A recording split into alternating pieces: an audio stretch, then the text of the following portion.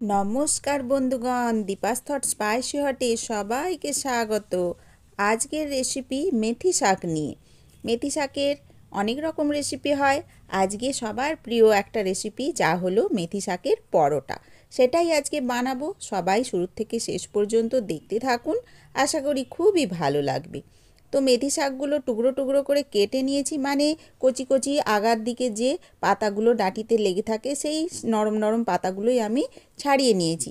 তারপর এইভাবে আমি একটা পাত্রের মধ্যে কিছুটা জল নিলাম আর বেশ কিছুটা লবণ দিয়ে শাকগুলোকে আমি বেশ কিছু সময় ভিজিয়ে রাখবো।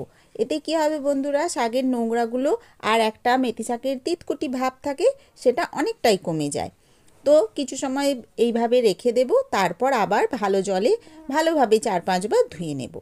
ধুয়ে নেওয়ার পর এই যে আমি কুচি কুচি করে একদম মিহি মিহি সরু সরুভাবে কেটেছি, কাঁচি দিয়ে হোক, ছুরি দিয়ে হোক বা বটির সাহায্যে এইভাবে মিহি মিহি করে শাকগুলো কুচিয়ে নিতে হবে। আমিও নিয়ে নিয়েছি। তারপরে মূল রান্নায় চলে আসছি, দেখতে থাকুন বন্ধুরা। ভালো লাগলে লাইক শেয়ার কমেন্টস করবেন আর সাবস্ক্রাইব করে আমার পাশে থাকবেন। বেল আইকনটা দাবিয়ে নেবেন অল অপশানে ক্লিক করে। তো রান্নায় ফিরে এলাম। যখন এই গরম হয়ে গেল কড়াটা, তখন আমি বেশ খানিকটা সাদা তেল দিয়ে দিয়েছি। তার মধ্যে দিয়ে দিলাম বেশ ভালো পরিমাণে একটু গোটা জিরে। গোটা জিরেটা, তেলটা গরম হয়ে বেশ ভাজা ভাজা হয়ে যাবে, তখন আমি দিয়ে দেব এই যে গ্রেট করে কিছু সময় আগে আদাগুলো রেখেছিলাম। আপনারা বেটেও দিতে পারেন, আমি একদম মিহি মিহি বাটার মতোই গ্রেট করেছিলাম সেই আদা আর কাঁচা লঙ্কাকে দিয়ে দিলাম। এবার এগুলো ভালোভাবে একটু ভাজা ভাজা হবে, নাড়ানাড়ি করে নিচ্ছি। এবার বন্ধুরা কিছু সময় বাদে যখন ভাজা ভাজা গন্ধ উঠে পড়েছে সুন্দর, সেই সময় আমি যোগ করে দিলাম মেথি শাকের কুচোগুলো। তো এইবার দিয়ে দিলাম। দিয়ে দেওয়ার পর ভালোভাবে একটু নাড়িয়ে নিলাম। নাড়িয়ে নিয়ে একটু সময় রেখে দেব যাতে একটু মজে যায় ভালোভাবে। পুরোপুরি সেদ্ধ করব না, সামান্য একটু নরম হয়ে এলেই আমি নামিয়ে নেব। তার আগে বন্ধুরা, শাকের মধ্যে স্বাদ বাড়ানোর জন্য লবণ, লঙ্কা গুঁড়ো, কিছুটা জিরে গুঁড়ো আর সামান্য পরিমাণ চাট মশলা দিয়ে মাখিয়ে নিচ্ছি। ভালোভাবে একটু নাড়াঘাটা করে নিচ্ছি যাতে সমস্ত স্বাদের ব্যালেন্সটা শাকের মধ্যে পুরোপুরি চলে যায়। তো এইভাবে কিছু সময় ভাজাভাজি নাড়ানাড়ি করে নিলাম। তারপর আপনারা দেখতে থাকুন ধীরে ধীরে পরবর্তী অধ্যায় কি করতে থাকি। প্লিজ পুরো ভিডিওটা দেখবেন। এই যে শাকটা বেশ ভালোভাবে ভাজা ভাজা হয়ে গিয়েছে, এই সময় আমি দিয়ে দিলাম বেশ খানিকটা লেবুর রস। বড় বড় সাইজের প্রায় একটা লেবুই পুরো আমি দিয়ে দিয়েছি রস চেপে। ওটা এবার নামিয়ে পাশে রেখে নিয়েছি। আর এখানে নিয়েছি আটা। আটার মধ্যে সামান্য পরিমাণ লবণ দিয়ে দিলাম আর এইখানে দিয়ে দিচ্ছি একটু বেসন। বেসনটা দিলে যেমন পরোটাটায় স্বাদ বাড়বে, তেমন বন্ধুরা পরোটা বেশ খাস্তা হবে। এই দেখুন বন্ধুরা, এখন আমি দিয়ে দিলাম বেশ কিছুটা পরিমাণ হিঙের গুঁড়ো আর দিলাম প্রয়োজন মতো একটু চিনি। এখানে বন্ধুরা আপনারা যদি দুধের সর বা মালাই থাকে সেটাও দিয়ে দিতে পারেন, তাহলে স্বাদ আরও অনেক বেশি ভালো হয়। তো আমি আজকে কেবল চিনি দিয়েছি আর মালাই দিলাম না। এবার শুকনো উপকরণগুলো ভালোভাবে হাতের সাহায্যে নাড়িয়ে নিলাম, মাখিয়ে নিলাম। তারপর ধীরে ধীরে ওই যে মেথি শাকের যে বাটনাটা বানিয়েছিলাম, মেথি শাক রোস্ট করা, সেটা দিয়ে দিলাম। আর বেশ কিছু আগে থেকে আমি আলু সেদ্ধ করে গ্রেট করে রেখেছিলাম, সেটাও দিয়ে দিলাম। যোগ করে নিলাম সমস্ত উপকরণগুলো। এবার হাতের সাহায্যে ভালোভাবে মাখিয়ে নিচ্ছি ময়দার সাথে। ময়দা, বেসন আর সমস্ত উপকরণ একসাথে ভালোভাবে মাখিয়ে নেব। আজ বন্ধুরা যেহেতু শাক আছে আর বেশ খানিকটা পরিমাণ তেলও রয়েছে আর আলু সেদ্ধ রয়েছে, তো আমায় জল ব্যবহার করতে হবে না। তো এখন আমি আর বেশ কিছুটা পরিমাণ সাদা তেল যোগ করে নিলাম, দিয়ে এবার ঠেসে ঠেসে আর এই ময়দার ডোটাকে মাখিয়ে পুরো ডো পরিণত করব। এবার আমি বন্ধুরা এখানে দিয়ে দিলাম একটু ঘি। ঘিটা দিলে একটু গন্ধটা বেশ সুন্দর ওঠে আর স্বাদটাও খুব ভালো হয়। তো সমস্ত উপকরণগুলো দিয়ে এই যে মাখিয়ে নিয়েছি, দেখুন বন্ধুরা এতটুকু জলের প্রয়োজন হয়নি। যদি মনে করেন আপনাদের একটু অসুবিধে হচ্ছে, জল দেওয়ার দরকার, তো 1-2 চামচ, সামান্য ছোটো চামচের 1-2 চামচ জল যোগ করে আপনারা এভাবে মাখিয়ে নেবেন, খুব সুন্দর মাখা হয়ে যাবে। তো এইভাবে আমি কিছু সময় মেখে নেওয়ার পর ঢাকনা চাপা দিয়ে রেখে দেব। আপনারা দেখতে থাকুন।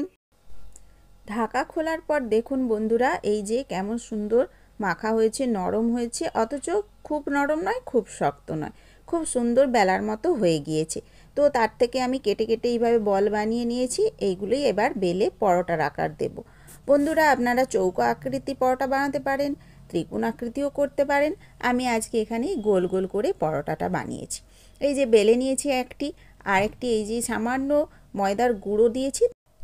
এই ময়দার গুঁড়োটা কোট করে একটা লেচিগুলো এইভাবে দিয়ে ভালোভাবে বেলে আমি ফিরে আসছি। যেহেতু আমি এক হাতে ক্যামেরা করছি বন্ধুরা, আপনাদের বেলাটা আর দেখালাম না, আপনারা বুঝে নেন। এইভাবে সুন্দর করে একটি একটি করে বেলে আমি সাইডে তুলে রেখে নিচ্ছি। তারপর রান্নাঘরে চলে এলাম। কড়া গরম করতে বসিয়ে দিয়েছি। তারপর সামান্য একটু তেল দিয়ে এবার, অথবা শুকনোও আপনারা দিয়ে দিতে পারেন, আমি সামান্য তলায় একটু তেল দিয়েছি যাতে চিটিয়ে না লেগে যায় আর অসুবিধে না হয়, সেই জন্য সামান্য 1-2 ফোঁটা তেল দিয়ে তারপর আমি সেঁকতে বসিয়ে দিয়েছি। এক পাশটা সেঁকা হয়ে গেল, দিয়ে উল্টে নিলাম। এরপর আবার এক পাশটা সামান্য সেঁকা হলেই উল্টে নিতে হবে বন্ধুরা।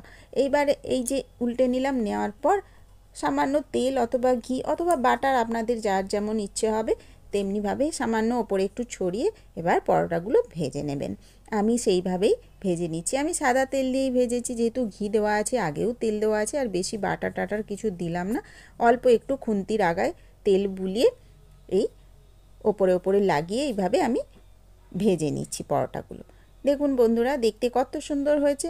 আর কি বলবো, রান্নাঘরটা পুরো মেথি শাকের গন্ধে মোমো করছে। ঘিয়ের গন্ধ, মেথি শাক, লেবু সব মিলিয়ে একটা সুন্দর পরিবেশ হয়ে গিয়েছে বন্ধুরা, লোভনীয়।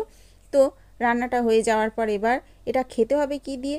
আপনারা ইচ্ছে করলে তরকারি দিয়েও খেতে পারেন বন্ধুরা। এই রকম ধরনের পরোটা খেতে আচার দিয়ে খুবই ভালো লাগে।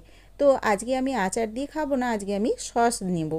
টমেটো সস, টমেটো কেচাপ, কিংবা যে কোনো আচার, আমের আচার, কাসুন্দি, এই শীতের সময় বিভিন্ন রকম আচার বাড়িতে বানানো হয়। সেই আচারগুলো দিয়ে খেতে খুবই টেস্টফুল হয়, আর তরকারি দিয়ে তো ভালোই লাগে। তো যার যেমন ইচ্ছে আপনারা সেভাবে খাবেন। শুধু মুখেও খেতে ভালো লাগে, গরম গরম একদম। তো বন্ধুরা, এইভাবে প্রতিটি পরোটা আমি সুন্দরভাবে ভেজে ফিরে আসছি। আপনারা সাথে থাকুন, দেখতে থাকুন শেষ পর্যন্ত। মেথি শাকের পরোটা দারুণ লোভনীয়, তোমার আমার সকলেরই খুবই এটা প্রিয়।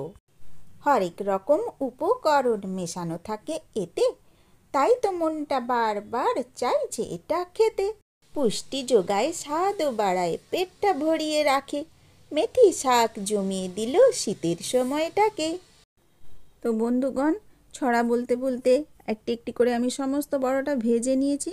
মাঝে মধ্যে 2-1টা পরোটা বেশ ভালোই ফুলেছে, দুখোল হয়ে। এরকমভাবে ফুলে উঠলে পরোটাগুলো খুব নরম হবে ভেতর থেকে। তো সমস্ত পরোটা একটি একটি ভেজে তুলে নেওয়ার পর এই অবস্থা এসেছে দেখুন।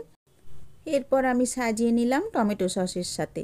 গোল করে একটি একটি পরোটা প্লেটের মধ্যে সাজিয়েছি, তারপর টমেটো সসটা দিয়ে পরিবেশন করতে টুলের উপর রেখে নিয়েছি আপনাদের জন্য ছবি তুলব বলে। তো বন্ধুগণ, দেখে বলুন তো কেমন হয়েছে আজকের রেসিপিটি।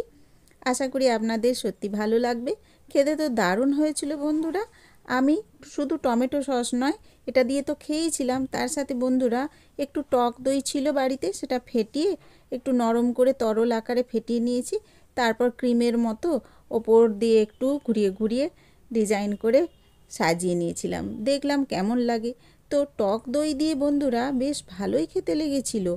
আশা করি আপনারাও এইভাবে একবার বাড়িতে বানিয়ে খাবেন, আর আমায় কমেন্টসের মাধ্যমে জানাবেন আপনাদের কেমন লাগলো। তো আজকের মতো বিদায়। পরবর্তী এক নতুন রকম রেসিপি নিয়ে আবার হাজির হয়ে যাব, সেই দিনের জন্য অপেক্ষা। আজকের মতো টাটা, থ্যাংক ইউ।